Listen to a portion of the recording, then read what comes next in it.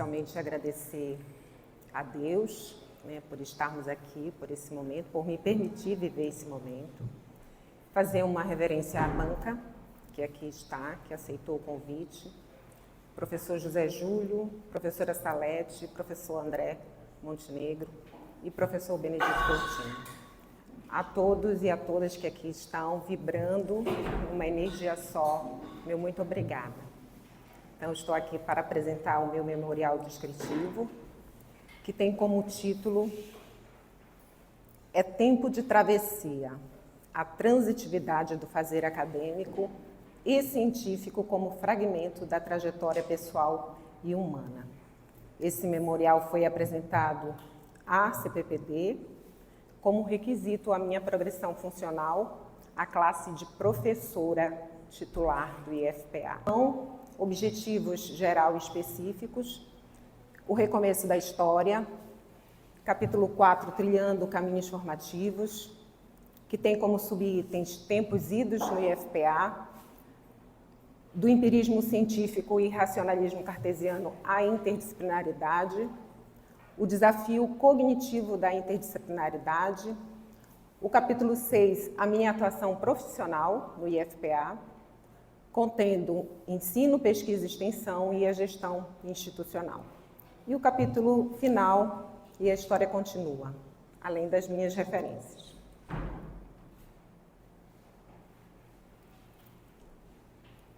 Ao longo desse percurso de escrever esse memorial, eu naveguei por muitas emoções. Foi quase um ano de organização de documentos e também de pensar no memorial, de pensar nesses pequenos recortes da vida acadêmica, que é uma parte da minha vida, né? E eu cheguei a dialogar com alguns autores que são fonte de inspiração para mim. E o primeiro deles é o professor Paulo Freire, que fala sobre a transitividade da consciência, o que para mim é muito importante no momento em que eu faço essas minhas reflexões sobre esse fazer acadêmico e científico. E eu percebo e constato a passagem de uma consciência mais ingênua para uma consciência crítica. E o professor Paulo Freire fala exatamente sobre isso.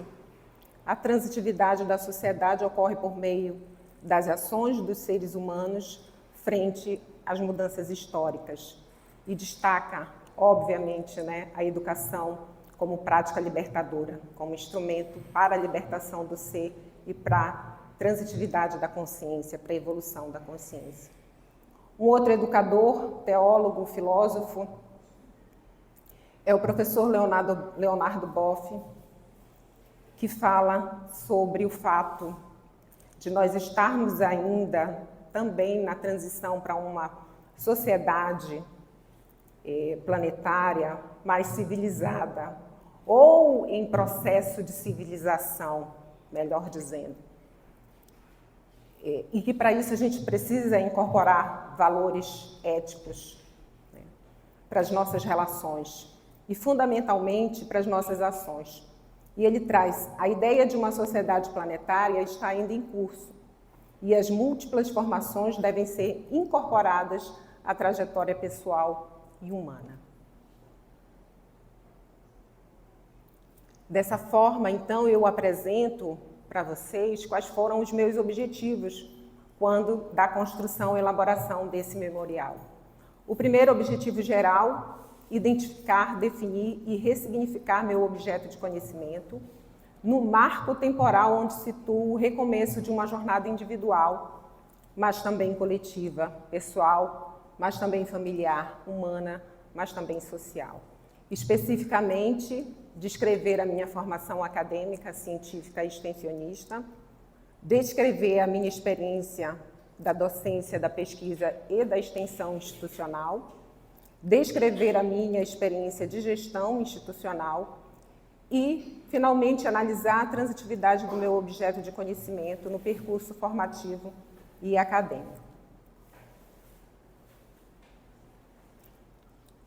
E não tem como eu pensar nessa trajetória minha sem pensar na minha ancestralidade, nas minhas origens.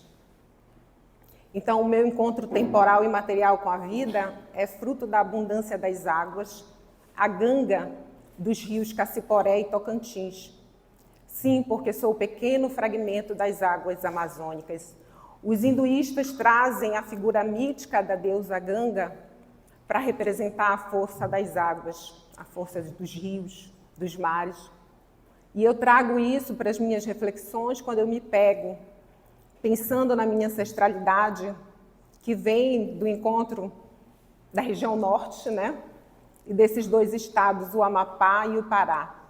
Meu pai, oriundo ainda do estado do Amapá, município do Oiapoque, numa vila chamada, uma aldeia, né? Chamada Vila Velha, uma pequena comunidade às margens do rio Cassiporé, extremo norte, né, do Amapá, extremo norte do Brasil. E a minha mãe, que é fruto da pujança e da abundância do rio Tocantins. Minha mãe é oriunda da vila de São Sebastião, distrito de Carapajó, município de Cametá. Essa aqui é uma imagem do meu pai, que chamava Edilson. Ele foi o primogênito de uma família de 14 filhos, que, liderados pela minha avó paterna, chega a Belém em busca de melhores condições de vida. Papai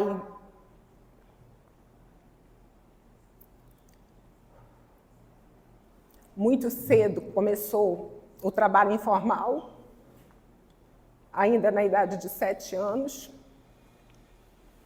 e daí teve várias profissões informais, até ser radialista da Rádio Clube do Pará.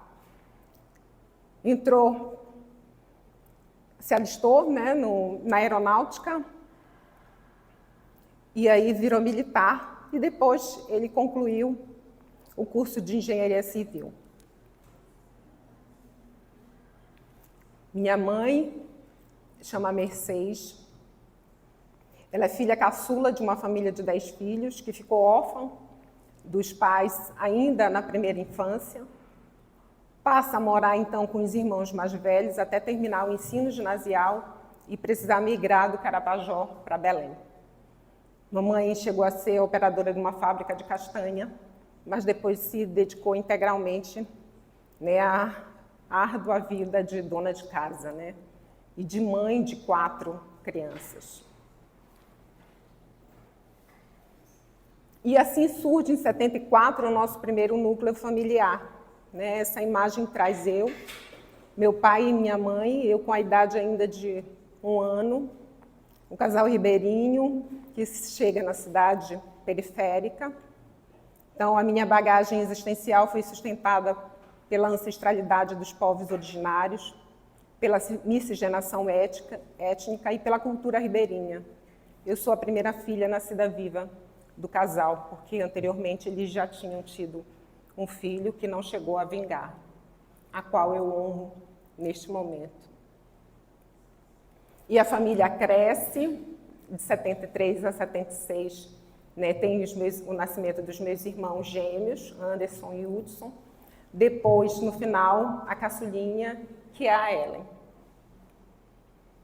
E o locus, então, que a gente vai se reproduzir, onde nós vamos morar, onde nós vamos nos desenvolver, assentar, num primeiro momento, é o bairro dos Jurunas, né, na rua Tambés, número 55. Nós morávamos numa vila familiar, uma vila que tinha 4 casas, cada uma era a primeira casa da minha avó, uma vila muito precária em termos de estrutura, era em madeira.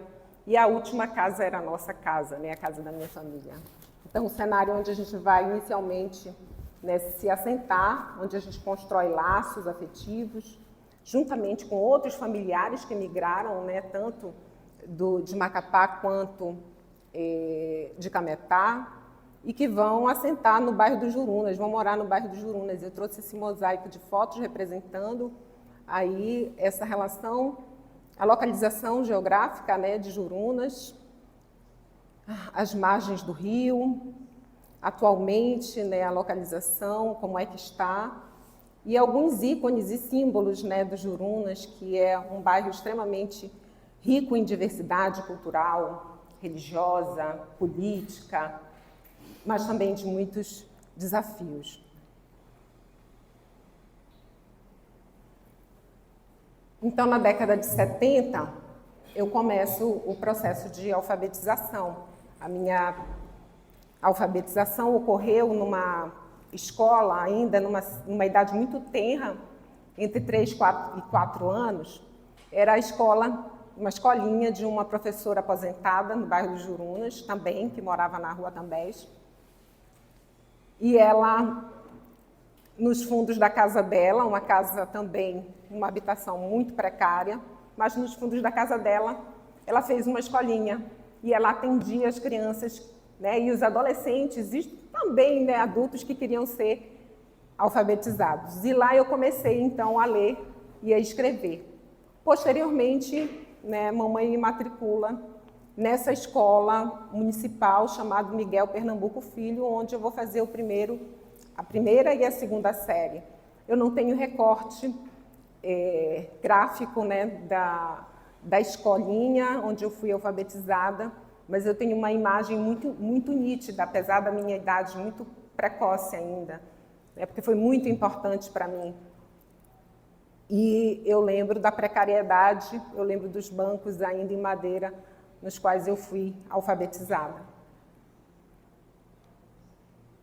De 81 a 95, a gente sai dos Jurunas, então migra de Belém para Ananindeua, né? Mais especificamente na cidade Nova Sete. Então, vocês podem imaginar, nós fomos para Ananindeua, à época era considerada a cidade dormitório de Belém, né? Alguns chamavam cidade fantasma. Não tinha absolutamente nada, além desse layout aí de migração. Tem uma imagem aqui que reproduz a Cidade Nova, né, na década de 80, só tinha praticamente as casas, né?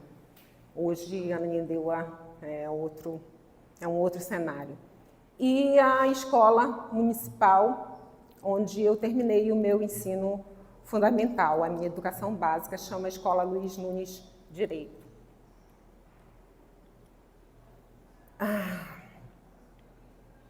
Entre a puberdade e a adolescência, eu tive contato com a leitura. Isso foi muito importante, porque eu costumo falar para todos que me conhecem e também para os meus filhos, que essa foi a maior herança que meus pais puderam deixar. Papai gostava muito de ler, e comprava, adquiria muitos livros antigos, não eram livros novos, livros antigos. Ele ia em sebo, muitas pessoas doavam livros para ele. E aí a gente tinha uma biblioteca muito simples, mas muito farta de referências. E isso me permitiu ingressar nesse mundo da leitura. Então, eu me deparei, né, com categorias da literatura, da música também, porque papai e mamãe gostavam muito de música, e isso foi fundamental para a minha formação. O ensino médio, eu vou me dividir entre duas entidades, duas instituições. A Escola Cearense e a Escola Técnica Federal. Eu tinha um sonho, né? A Escola Técnica bombava, a Escola Técnica era muito assediada, né? Muito disputada. Então, eu tinha o sonho de fazer o ensino médio, o ensino técnico, na Escola Técnica. E aí, mamãe me matriculou num curso preparatório ainda para a Escola Técnica. E eu fiz o curso e logo depois fiz o processo seletivo e fui aprovada. Eu fui aprovada inicialmente no curso de estradas. Depois eu migrei para a eletrotécnica, né, depois no primeiro ano. Só que o papai não queria que eu fizesse escola técnica, porque ele achava que se eu tivesse a formação técnica, né, profissional, que eu iria para o mundo do trabalho e que eu não iria mais querer fazer o vestibular, a universidade. E ele batia muito, que era muito importante, né? Batia muito nessa tecla. Então, a condição para que eu cursasse a escola técnica era que, de forma concomitante, eu fizesse o ensino médio no Cearense, na escola cearense. E aí eu disse, tá legal, então eu topo. E assim eu me dividi, né, na formação do ensino médio entre as duas escolas. Por um lado, uma formação extremamente conteudista, né, voltada para o vestibular. Aqui, em que pese, que bom que ainda somos profissionalizantes, né, técnico e profissionalizantes, mas a gente já tinha uma formação mais universalista aqui na escola técnica. E, finalmente, em 91, vem a aprovação no vestibular. Aqui eu já começo a falar dos caminhos formativos, né? Então, eu ingressei em 1991 numa turma de 120, né, pessoas, sendo que 20 eram mulheres, pelo menos é o que eu me lembro do que nos foi passado, né, à época. E, historicamente, era a maior aprovação feminina que teve no curso de Engenharia Civil, até aquela data. Tá? Aqui é uma imagem da minha aprovação no vestibular. Em 91, ainda, eu ingressei num projeto, um programa de iniciação à pesquisa, chamava PIPS, para fazer o levantamento de danos estruturais nos prédios do campus universitário. Tinha uma bolsa, né, e eu estava de olho na bolsa também, porque precisava de recurso para o transporte, para alimentação. A minha turma foi a última turma do regime de crédito da UFPA, então a gente fazia as disciplinas de manhã, de tarde, de noite, quando tinha vaga, quando a gente conseguia, né, encaixar. E às vezes eu passava o dia todo na universidade, então eu me candidatei. Não era um projeto muito cobiçado, pelo contrário, quase ninguém queria, os cobiçados iam para os pets da vida e tudo mais. Mas eu topei porque era importante para mim, né, era necessário. E a gente tinha que visitar os prédios do campus profissional e básico para realizar mapeamento de fissuras, trincas, rachaduras e, ao longo do tempo, acompanhar a evolução dessas patologias, né? Então, era cansativo, bastante cansativo, mas valeu muito a pena. A lembrança da UFPA e seus espaços afetivos, né, de 91 a 95. Essas são as minhas principais memórias afetivas com o campus. Esse espaço lindo que é a UFPA, um espaço assim, extremamente bucólico, à beira do rio, as conversas, né, o campus básico, onde a gente interagia com vários colegas de outros cursos, a biblioteca central, que era ponto de estudo, mas também ponto de encontro, de interação social, e o Vadião, né, gente? O Vadião, assim, foi muito bom. Foi muito bom o Vadião. E daí, de 91 a 95, também laços afetivos, né, amizades que se formaram e que também são uma fonte de energia e de sustentação da minha vida ao longo do tempo. Então, eu tenho duas imagens aí que eu trago das amigas engenheiras que se formaram, são da turma de 91, e das amigas da engenharia e da arquitetura que vieram também, né, nesse período. De 93 a 95, né? Em 93, eu fiz uma seleção para começar a trabalhar, a estagiar, enfim, no escritório técnico de projetos. Isso, eu trabalhei com o dimensionamento de estruturas em concreto armado. Isso foi muito importante, que foi começando a me aproximar do meu objeto de estudo para o desenvolvimento do TCC. Eu fiz a disciplina de concreto protendido, que era extremamente temida à época.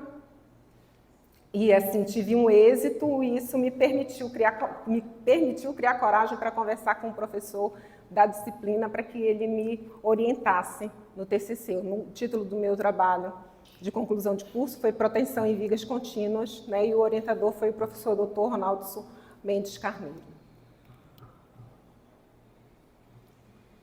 Em 95, então, a solenidade de colação de grau, algumas imagens, né, minha, dos meus pais e dos coordenadores, eu acho que eram coordenadores de curso, o professor Malaquias e o professor André, que aqui está.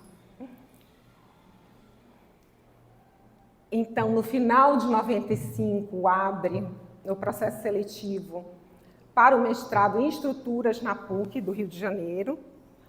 Eu me inscrevi, e aí, surpreendentemente, né, uma surpresa muito feliz, fui selecionada, eu, mais duas amigas e 2 amigos. Encaramos o desafio de morar no Rio de Janeiro, sair do ninho, né, de Belém do Pará, e aí nós fomos morar na Gávea, mais precisamente na Marquês de São Vicente, num apartamento que ficava bem em frente, né, aos portões, ao portão principal da PUC. E lá o meu objeto de pesquisa, né, que já estava em curso desde do TCC, seria, né, versou sobre isso, dimensionamento de estruturas em concreto armado utilizando a computação gráfica. Foi um período difícil essa de sair do ninho, né, nós tivemos dificuldades, né, lá no Rio, mas em especial sair de casa, né, sair do conforto de casa, foi muito desafiador e doloroso fazer essa transição. Em 96, então, eu fico grávida e eu interrompi o mestrado na PUC. Em 97, eu tive o meu filho, Júnior, e em 98, né, logo em seguida, eu tive a minha primeira filha, a Valentina. E aqui está uma foto, uma imagem, né, da maternidade em dose dupla, das 2 criaturinhas, inclusive a foto autografada dela, né? Aí veio o primeiro casamento, eu comecei então a trabalhar numa empresa, uma pequena empresa de engenharia do meu pai, né, e um objeto de conhecimento, né, o que eu fazia na empresa era elaborar planilhas orçamentárias para obras públicas. Mas, assim, esse período de 97 a 98, e até um pouco mais, e até hoje, os dias de hoje, na verdade, o objeto maior de conhecimento é esse, né? O desenvolvimento de habilidades e competências psicoemocionais e físicas para dar conta da maternidade. De 98 a 2002, né, como eu estava sem trabalhar, eu precisava trabalhar, eu tive algumas experiências profissionais que foram focadas no planejamento, gerenciamento e fiscalização de obras físicas, né? Obras públicas em especial, na Secretaria de Saúde, na divisão de projetos físicos, na Secretaria de Habitação, na Coab, na Companhia de Habitação, onde eu tive a experiência do Programa Brasileiro da Qualidade e Produtividade na Habitação, e no Sindicato das Lojas de Materiais de Construção Civil, né? E é uma imagem aí que eu trago para compartilhar com vocês de uma auditoria que está acontecendo, né? O auditor da OCC, no canteiro de obras do loteamento Canarinho, e eu era a engenheira responsável. O objeto de conhecimento, então, são os sistemas infraestruturais em loteamentos habitacionais. O sonho do mestrado, novamente, né? Uma vez interrompido, ele volta, né, a figurar para mim, né, a acontecer. Em 2001, abre o processo seletivo para o programa de pós-graduação em Engenharia Civil da UFPA, e eu me candidatei. Logo, consegui uma bolsa de estudos, né, porque fiquei bem posicionada. Comecei, então, a cursar, né, a fazer as disciplinas do mestrado. Entre elas, uma me chamou muita atenção, né, que foi a de Gestão Pública e Política Habitacional. E eu atribuo a isso a uma mudança radical assim, de curso na minha vida, uma mudança paradigmática. Né? Ver a habitação, agora não mais só como uma unidade física, né? Como um produto, mas ver a habitação como um locus de moradia para pessoas, para famílias, né? E que necessitam, inclusive, de outros serviços para que ela seja realmente uma moradia adequada. Então, isso me foi muito importante, e nesse momento também eu tive contato com uma leitura que foi o Manifesto Comunista, né, que me apresentou o socialismo científico.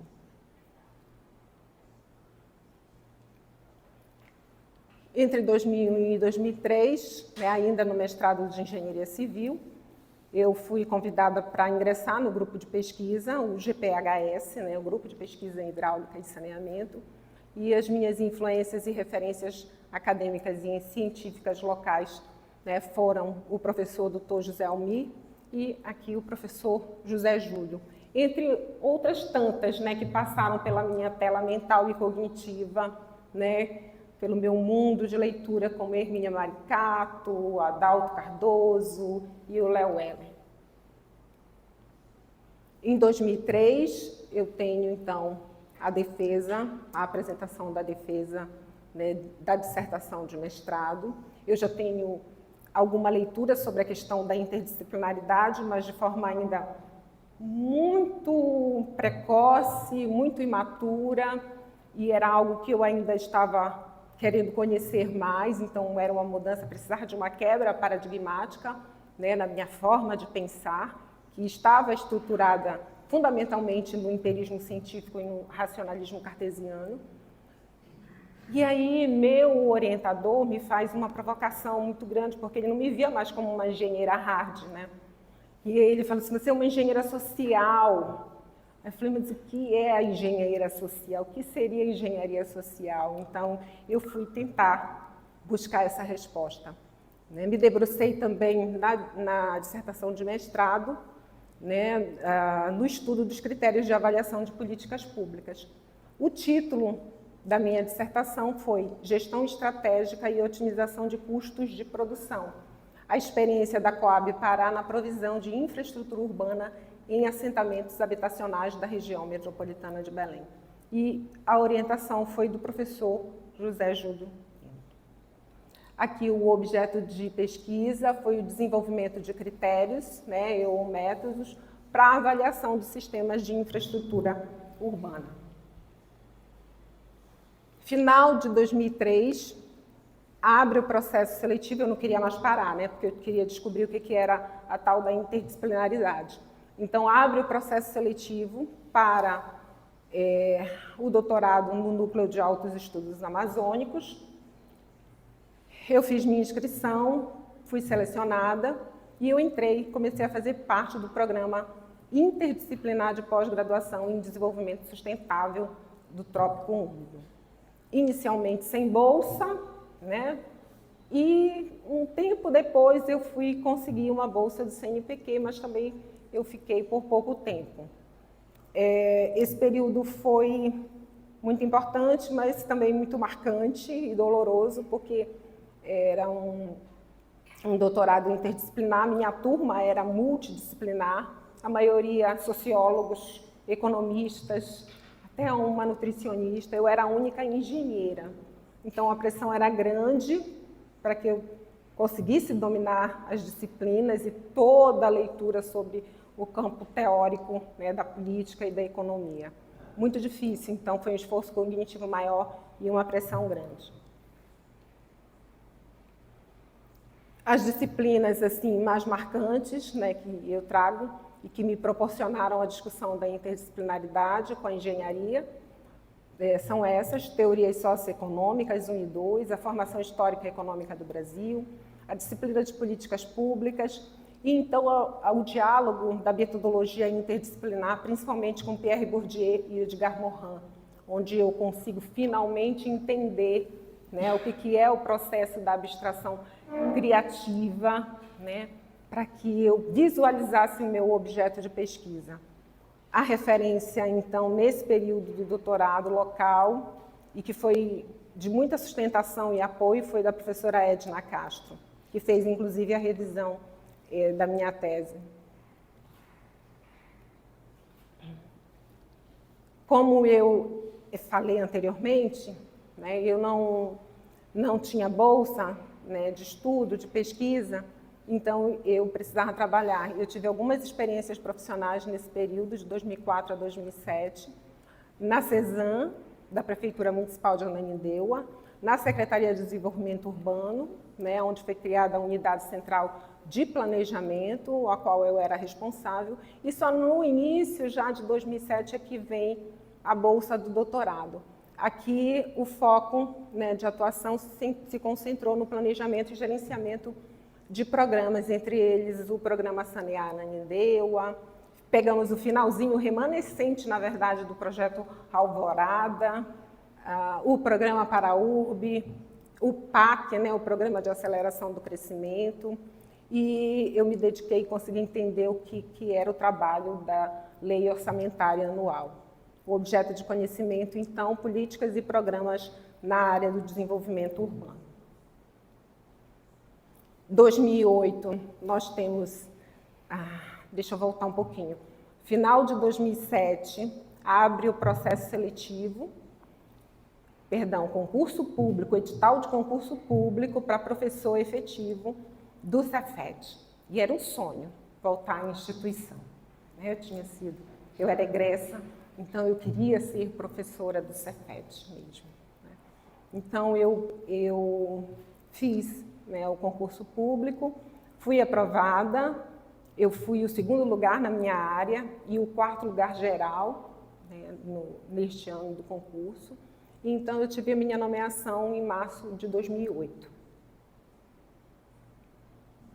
Em 2008 também muitas surpresas. Veio a 3ª geração, a gestação. Eu não gozei de licença, né? Assim, o doutorado não foi interrompido, eu não tive, né, esse direito na época, né, que hoje é um direito adquirido às mulheres, né, mas na época eu não tive.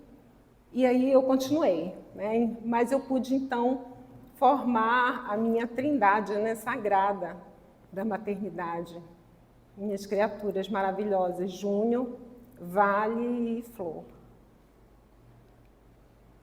E em 2009, início de 2009, a defesa da tese de doutorado com o título Políticas de Provisão de Saneamento Básico, uma análise da insustentabilidade de intervenções de esgotamento sanitário no espaço urbano da região metropolitana de Belém, novamente com as bênçãos e a orientação do professor Dr. José Júlio Lima. Aqui o objeto de pesquisa foi o desenvolvimento de critérios ou métodos para avaliação de intervenções de saneamento básico no espaço urbano. Rapidamente, ainda trilhando os caminhos formativos, as práticas extensionistas desse período, né, de 2000, tive algumas experiências na UFPA com o projeto Espaços de Convivência, trabalhei na Coab com remanejamento de famílias em assentamentos e aglomerados subnormais, trabalhei no programa de apoio ao desenvolvimento comunitário chamado PRODEC, com o cheque moradia e também um trabalho que me dá muita satisfação, prazer, né, é o trabalho voluntário no movimento espírita paraense.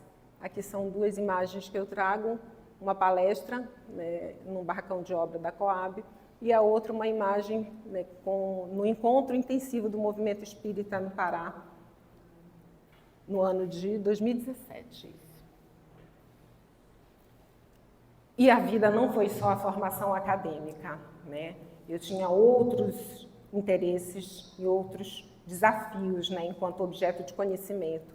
E aí eu fui atrás também do desenvolvimento humano e pessoal. E eu mergulhei no estudo da doutrina espírita, fiz uma formação de reengenharia transpessoal, né, faço parte de grupos de conhecimento, né, da metodologia Passwork, estou fazendo a formação de dinâmica energética do psiquismo, os movimentos essenciais, entre outros.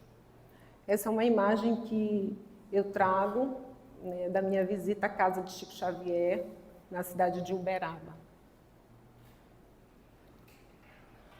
E agora eu passo, então, a narrar a atuação institucional, né, de 2008 até 2024. Bom, da tríade famosa, para mim o mais, digamos assim, tranquilo foi logo mergulhar na pesquisa, porque eu já era cria da pesquisa, né, desde o primeiro ano da faculdade, né, dos projetos de iniciação. Então, para mim era algo que fluía de forma muito natural, muito tranquila. Então, participei em vários projetos, elaborei, coordenei outros, participei em bancas de trabalho, participação em grupos de pesquisa também. Aqui eu trago 3 grupos de pesquisa, o NUPESA, o CLIO, né, e o Núcleo de Estudos, agora mais recente, o Núcleo de Estudos em Infraestrutura de Transporte, Materiais e Meio Ambiente. E algumas imagens para compartilhar de defesas, né, de TCC, a minha primeira banca de doutorado, apresentação de trabalho científico, e essa última aqui, né, com uma equipe, na minha equipe, de um projeto de iniciação científica com os nossos alunos do curso técnico integrado, né? São as nossas crianças, os nossos adolescentes. Aí eu me pego, né, encantada, né, nessa perspectiva da formação desses meninos e meninas, ainda assim de forma tão precoce. E a gente faz, sim, a gente faz aqui no Instituto a verticalização do ensino, a gente faz, né, pesquisa e extensão, né, com esses meninos e meninas. A experiência da extensão também me foi muito mais tranquila, participar em projetos, realização de visitas técnicas, organização de eventos, participação em eventos diversos, em comissões extensionistas e a colaboração, né, eventual no projeto OICOS, que é um projeto extensionista dos cursos de saneamento do Campus Belém, do IFPA. Aqui algumas imagens também, né, de um trabalho numa escola pública de ensino básico, uma visita a uma comunidade, né, com a turma da especialização, a comunidade de Porto Ceasa, reunião com comunitários e um evento aqui que foi promovido pela APES. E aí a gente chega na docência, né? Eu ressaltei que pesquisa e extensão foram mais tranquilos, a docência foi um pouco mais complicada. Sempre me peguei, assim, muitos desafios com a docência, querendo fazer o melhor e tentando cada vez mais aprimorar, né, as minhas práticas didáticas e pedagógicas. Mas eu começo, então, né, a experiência docência num curso de especialização em gestão do saneamento em áreas urbanas. Era um curso que é um programa, na verdade, né, promovido pelo NUMA, o Núcleo de Meio Ambiente da UFPA. Depois que eu entro no quadro efetivo do Instituto, aí eu tenho experiência com os cursos técnicos, vários cursos técnicos, os cursos de tecnologia, saneamento ambiental, análise e desenvolvimento de sistemas e também de gestão pública. E o curso de especialização em tecnologia social, em saneamento, saúde e ambiente na Amazônia, além de uma experiência num curso em EAD. Aqui algumas imagens da experiência docência, com o trabalho em sala de aula, numa atividade integrada com outros professores, turma do tecnólogo, formação da turma de tecnologia. E aqui uma surpresa que os alunos fizeram para mim quando no meu retorno, depois de um período de licença médica, né, eu retorno e aí eu ganho, né, esse afago, esse acolhimento no coração.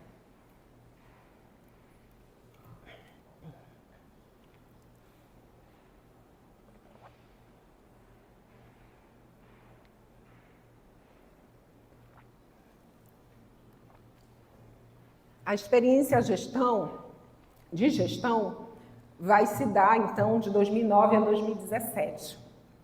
Tá? E aí eu relaciono quais foram as experiências que eu tive de gestão aqui no IFPA. Coordenação de gestão de qualidade, né, e outras áreas, assistência de pesquisa da DPPI, onde eu tive a experiência da revista Engrenagem, a direção geral pro tempore do campus Cametá, a pró-reitoria de extensão e relações internacionais, a coordenação geral do Pronatec do campus Cametá e, eventualmente, substituindo o reitor, né, no ano de 2015. E, por fim, a coordenação do curso técnico em saneamento de 2017 a 2018. A gestão, a coordenação diária a qual eu me referi ainda há pouco, né, quando eu acessei o quadro efetivo do Instituto, né, eu fiquei responsável por uma disciplina, por uma área, né, que era de gestão da qualidade. E aí fui né, ser responsável pela coordenação, né, e tinham outras disciplinas, higiene, organização e normas do trabalho, empreendedorismo. E essas disciplinas todas são transversais, tá, aos cursos do IFPA, tanto os técnicos quanto os tecnólogos. Então, era uma demanda muito grande, né, de cursos, apenas 6 professores, né, se dividiam para atender, e foi quando eu comecei, então, a entender o modus operandi, né, da instituição, né, como é que funcionavam as coisas e as pessoas.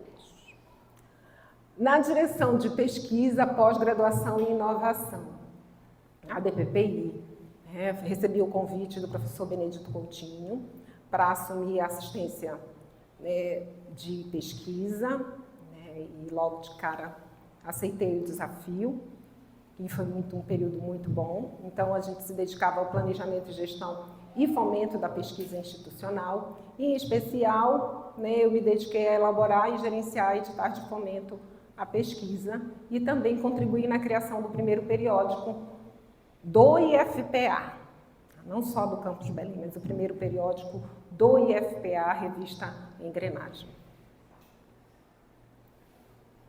Então, aqui são meus parceiros institucionais, foram grandes influências, apoios que eu tive, né, ao longo desses anos, né, de IFPA.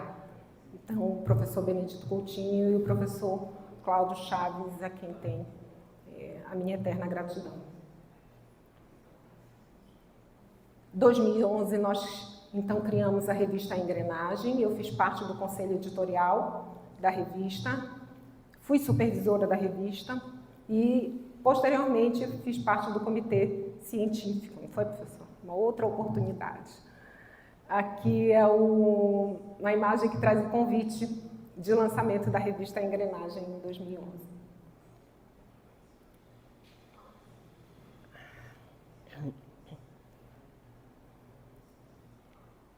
De 2012 a 2014, eu recebi o convite, então, em 2012, meados de 2012, para assumir a direção geral do Campus Cametá. Não foi bem um convite, né? Eu tive uma indicação que foi feita pelo professor Valdinei Mendes, que era diretor-geral de Abaetetuba, e aí o reitor à época, né, fez todo fui sabatinada, fui entrevistada, enfim, foi toda uma conversa até que o meu nome foi aprovado. Então, eu assumi a direção geral do Campus Cametá na época da intervenção, então a condição era de pro tempore, né, e o Instituto Federal do Pará estava passando por uma intervenção, e também, de forma concomitante, era o início da terceira fase do programa de expansão, né, da rede federal. E nessa terceira fase estava prevista a construção de mais 5 campos no Pará. Paraupebas, Paragominas, Óbidos, Breves e Cametá, né? E assim eu vou ser responsável, né, pela implantação, né, do campus Cametá.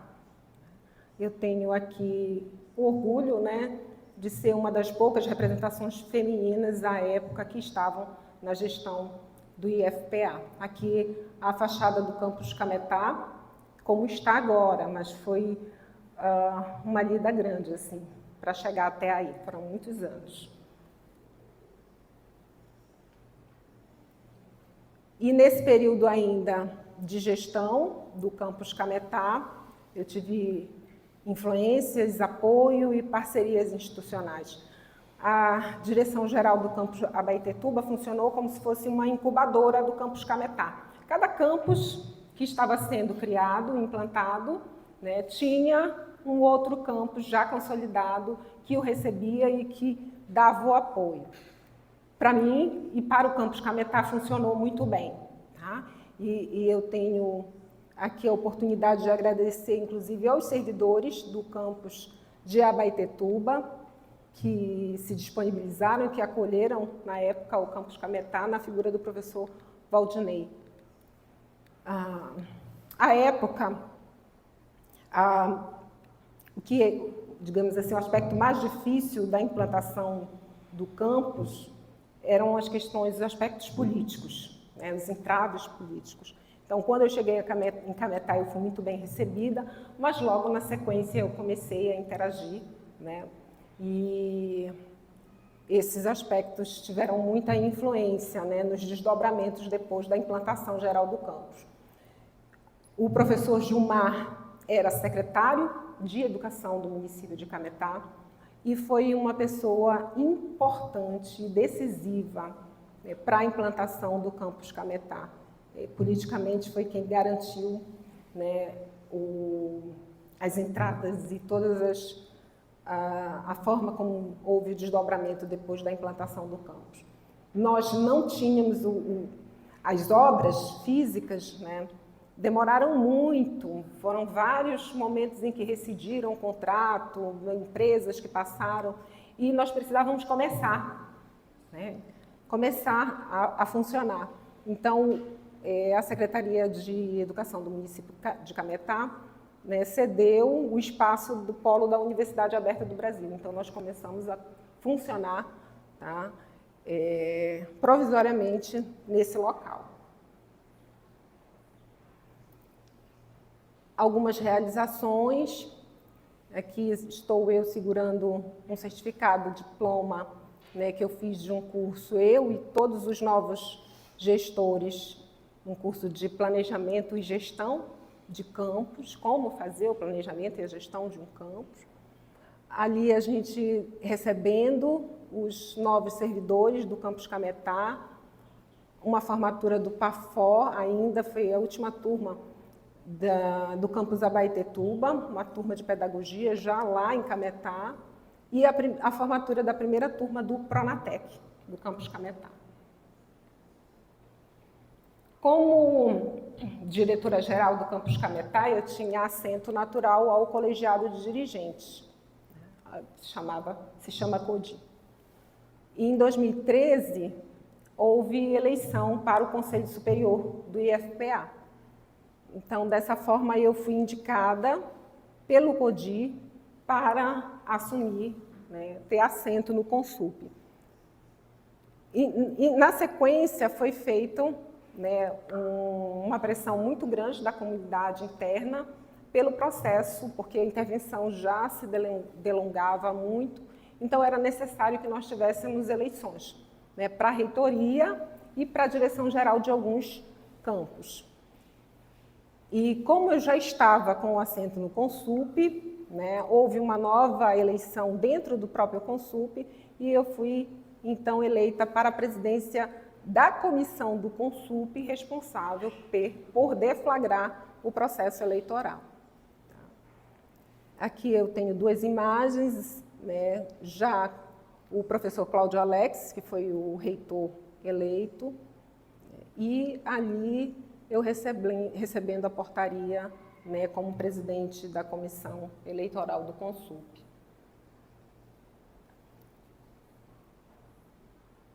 Em início de 2015, eu recebi o convite para assumir a pró-reitoria de extensão, aceitei e aí comecei a fazer o processo de transição de gestão no campus Cametá.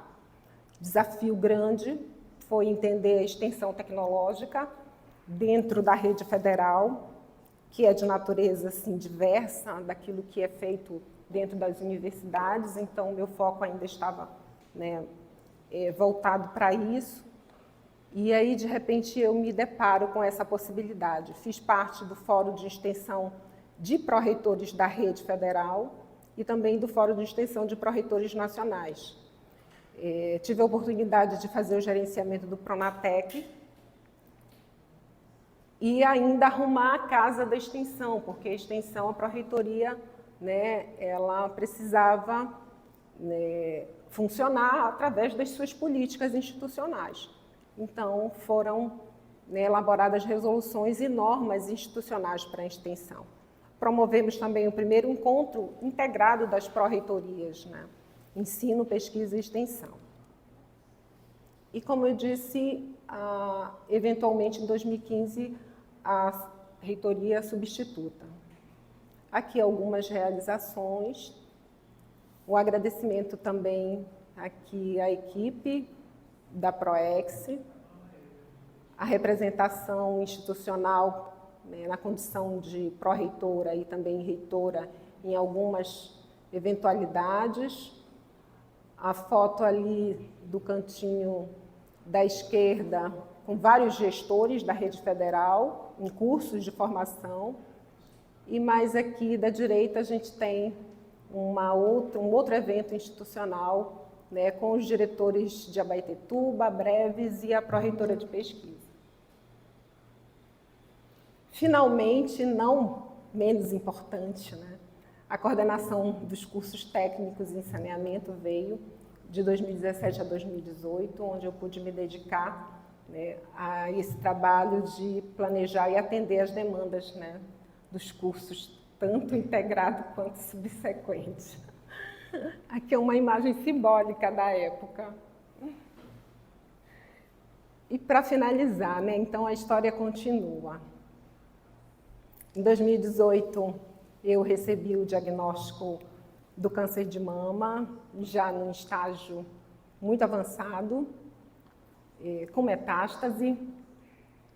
E isso inicialmente parou radicalmente a minha vida, mas depois eu comecei a me desdobrar com todo o aprendizado, né, que eu tive ao longo da vida, dessa trajetória, não só da trajetória acadêmica, científica e profissional, da trajetória humana, né, da minha trajetória pessoal, né, e aí buscar esses ensinamentos, né. Então, a Ganga do Rio, então, atinge seus objetivos, pois aprendeu a contornar os obstáculos e a deixar a sua energia fluir livremente. Reconhecimento da minha vulnerabilidade, reconhecimento que eu não estou no controle de nada, né? O controle está nas mãos de Deus, sempre. E foi isso para quem teve essa trajetória, né, de pesquisa, extensão, de muito determinismo, né, de muito pragmatismo, de muita racionalidade, de muita determinação, né? Eu me peguei tendo que me render, aceitar e reconhecer o fluxo da vida. Essa é uma foto, uma imagem de um ensaio que eu fiz em 2018 para a campanha do Outubro Rosa, aqui em Belém. E as lições que eu tive, né, ao longo dessa trajetória pessoal e humana. Primeiro, essa da vivência da humanidade, da minha humanidade, me descobrir, né, enquanto pessoa, enquanto ser humano, lembrando aquilo que o professor Leonardo Boff coloca em Ética da Vida, né, o que é ser humano, o que é ser civilizado. Né? Então, foram essas as reflexões que eu peguei me fazendo, né, quando escrevi o memorial, né, e reconhecer que cada um desses momentos, desses fragmentos que compõem esse mosaico todo da minha vida, foram oportunidades para eu exercitar a minha humanidade. Reconhecimento das minhas origens, da minha ancestralidade, da minha descendência, que aqui está representada a partir da minha família, são os amores da minha vida, minhas filhas, Flor, Valentina, meu marido, Paulo Fraia, meu filho, Edilson Júnior, minha nora Laís e o meu bebezinho, que é o meu neto, o Arthur. Então, reconhecer que a força que muitas vezes eu procurei fora, né, nos títulos, nas posições, né? Enfim, nas teorias, ela estava dentro de mim, ela sempre esteve dentro de mim.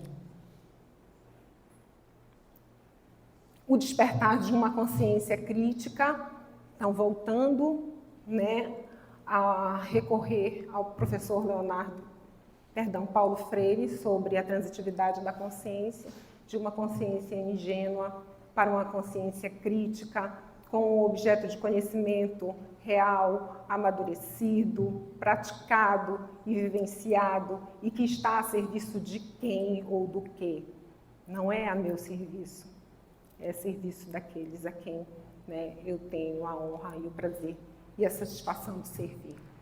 Novos percursos formativos na minha vida, então é um desdobrar eterno, né, de busca pelo conhecimento, pelo autoconhecimento, e eu tenho esse privilégio de estar sempre, né, nessas formações todas, né, para compor esses novos fragmentos da vida. Então essas são as lições, né, que ficam, porque sempre é tempo de travessia. Aqui uma imagem minha numa cachoeira em São Pedro de Alcântara, em Santa Catarina. As referências, a qual eu citei ainda há pouco. Os agradecimentos, nós não temos uma foto ainda, a equipe de saneamento todo em conjunto, por isso que ela foi fragmentada assim, né? Então, professora Cesarina, professora Fabrícia, professora Valéria, professora Ilka, professora Franciane, professora Nicele, professora Maria do Socorro, professora Flávia, professor Túlio, professor Valdinei. Em especial, aqui eu destaco, né, a professora Jaqueline, minha irmãzinha de coração. Sem ela, esse memorial não seria possível, gente. Ela já tem uns 2 anos que eu tenho, digamos, que eu fui liberada pela CPVD para defender o memorial, né? Mas eu acho que por questões em que eu ainda vou descobrir, eu sempre protelei, né? Sempre deixei para lá, sempre coloquei outras coisas como prioridade, e a Jaqueline, ela ficou no meu pé. Ela disse, você não vai desistir, você vai fazer. E todo mês, todo tempo ela estava lá, até que por fim ela pegou toda a documentação, ela disse, escreve só o memorial, pega a documentação, organiza a documentação, ela junto com o meu marido e a minha filha, as minhas filhas. Então, muito obrigada. Os agradecimentos institucionais, por fim. Muito obrigada a todos e a todas por me ouvirem, e a Comissão Especial de Avaliação estou à disposição.